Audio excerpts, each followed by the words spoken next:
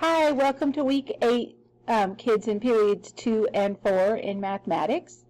Monday, most of you will be busy doing map testing with second, third, and fourth period. So if you're in my second period math class, you're going to map test with me. Fourth period, you're map testing with your second period class, and that's for language arts. On Tuesday, second period is going to do a one-pager statistics review because you have asynchronous learning that you have to do.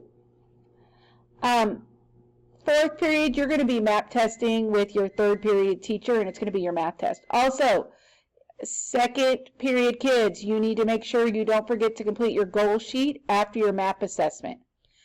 On Wednesday, you guys are going to do synchronous learning with me. You will be with me, and we are going to have a surprise learning opportunity for some of you. And then on Thursday is also with me, and we are going to be doing a review on mean, median, mode, and range. You guys are going to have a unit assessment next week, and I want you guys to be ready. And then on Friday is asynchronous, and you're going to do a measures of variation slide deck. And for both of these activities, I would make sure I have my notes ready and available. Have a great weekend. I can't wait to see you guys.